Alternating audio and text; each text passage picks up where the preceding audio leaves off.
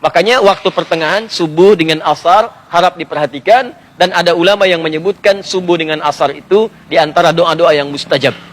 Jadi begitu Anda berdoa, itu seketika nanti lebih mudah dijawab oleh Allah Subhanahu wa taala karena keadaannya langsung disampaikan kepada Allah. Ya, karena itu khusus salat subuh itu ada ayat langsung mengatakan semua bacaan kita termasuk doa, termasuk istighfar itu langsung sampai kepada Allah, disaksikan dan dijawab pada saat itu. Ya, di Quran surah ke-17. Ya, ayat ke-78. Ya, paling kiri sebelah atas. Quran surah 17 ayat ke-78. Aqimis salata liduluki syamsi ila ghasaqil laili wa qur'anal fajri. Inna qur'anal fajri kana mashhuda. Ya, tunaikan salat dengan benar dari mulai tergelincir matahari zuhur sampai matahari terbenam datang malam isya. Setelah itu qur'anal fajri, khusus untuk salat subuh. Kata Allah, perhatikan, dalam subuh kata Allah bukan hanya salatnya yang penting, tapi semua bacaannya. Quran al-Fajri, semua bacaan di waktu subuh, ya kana masyhuda, langsung disaksikan oleh Allah dan semua malaikat. Jadi kalau Anda istighfar subuh ya, istighfar. Makanya banyak sahabat Nabi yang saya sampaikan di awal-awal kemarin, ya pertemuan yang lalu, banyak sahabat Nabi termasuk Nabi mencontohkan ba'da subuh nggak langsung pulang. Ya duduk dulu, zikir dulu, bahkan sampai syuruk. Ya, ada yang berdoa, ada yang baca Quran, ada yang istighfar. Bahkan ada orang yang sebelum subuh sudah datang memenuhi masjid. Ya istighfar. Waktu sebelum subuh itu disebut dalam bahasa Arab dengan sahar namanya. Sahar. Ya, jamaknya disebut dengan ashar. Masya Allah. Sahar. Oh, jangan salah baca ya, bukan sihir, sahar. Nah, di bahasa Arab itu beda harakat, itu bisa beda baca. Jelas ya? Lihat sini. Sahar jami' disebut dengan ashar. Ashar. Ini waktu singkat menjelang fajar. Di kalau misalnya fajar, sekarang subuhnya misal 4.37, sekitar 15 sampai 30 menit sebelum fajar. Ya. Misal dari jam 4.07 jam 4.15 itu disebut dengan waktu sahar namanya. Ini. Jamaknya disebut dengan ashar. Nah, dalam Al-Quran disebutkan ada kebiasaan penghuni surga itu yang sering istighfar di waktu sahar. Jadi kalau Anda ingin lihat ahli surga yang sedang beraktivitas ini, di antaranya kata Quran, lihat nih orang-orang ini yang sedang istighfar sahar menjelang subuh. Dan setelah tahajud. Jadi orang ini tahajud, selesai tahajud dia zikir, astagfirullah.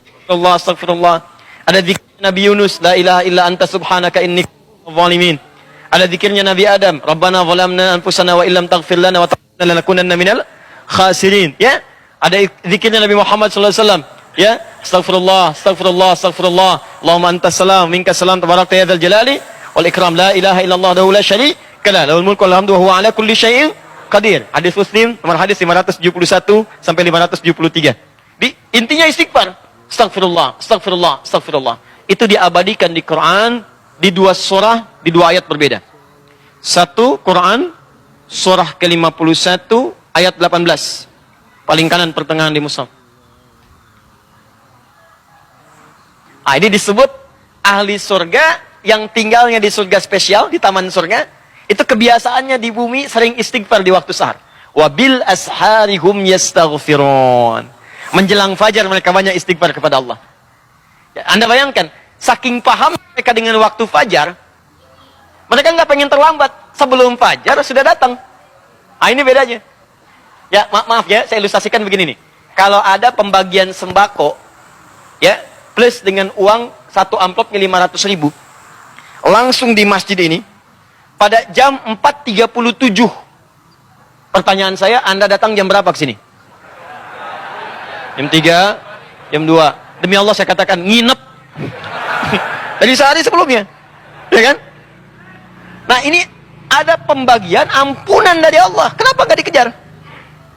Ada barakah, ada rahmat, ada pengabulan doa, ada penghapusan dosa. Ya, kan yang paling tinggi permintaan itu dalam Quran dan hadis. Yang paling tinggi permintaan, kalau Allah sayang pada seorang hamba, yang diberikan bukan dunia, tapi tapi yang diberikan ampunan dari semua dosa. Itu ada di Quran surah ketiga ayat 31. Paling kiri sebelah atas, dengan Quran surah kedua di akhir ayat 222. Qul in kuntum tuhibbunallaha fattabi'uni yuhibbukumullah wa yaghfir lakum dzunubakum. Kata Allah, katakan Muhammad, kabarkan pada umatmu, kalau mereka serius mencintai aku, buktikan cinta itu dengan mengikuti engkau. Ikuti tuntunan Nabi. Dari mulai bangun tidur sampai tidur lagi. Nanti Allah akan berikan cintanya, yuhibbukumullah. Saat Allah berikan cintanya, yuhibbukumullah, apa yang diberikan oleh Allah? Wa yaghfir lakum dzunubakum. Maka yang pertama, mengampuni semua dosa-dosanya. Makanya kalau orang sudah diampuni dosa, berubah dia jadi orang baik. Jadi kalau dosa sudah nggak ada, ciri dosa diampuni dan sudah tidak ada, maka Allah akan menjaga orang itu dari perbuatan dosa. Ini mata misalnya banyak dosa.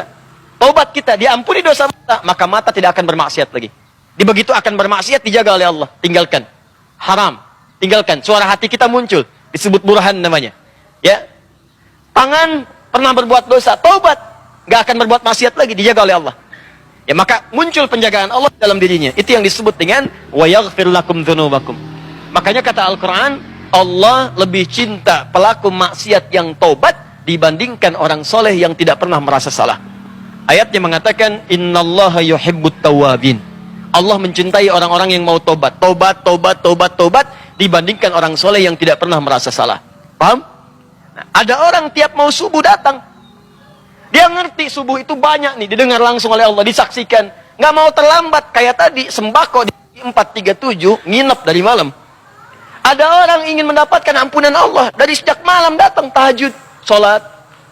Bahkan saking pengennya mendapat ampunan, sholatnya serius. Mencontoh Nabi, 1 rakaat sampai 100 ayat. Ya, ada yang 200 ayat, Masya Allah.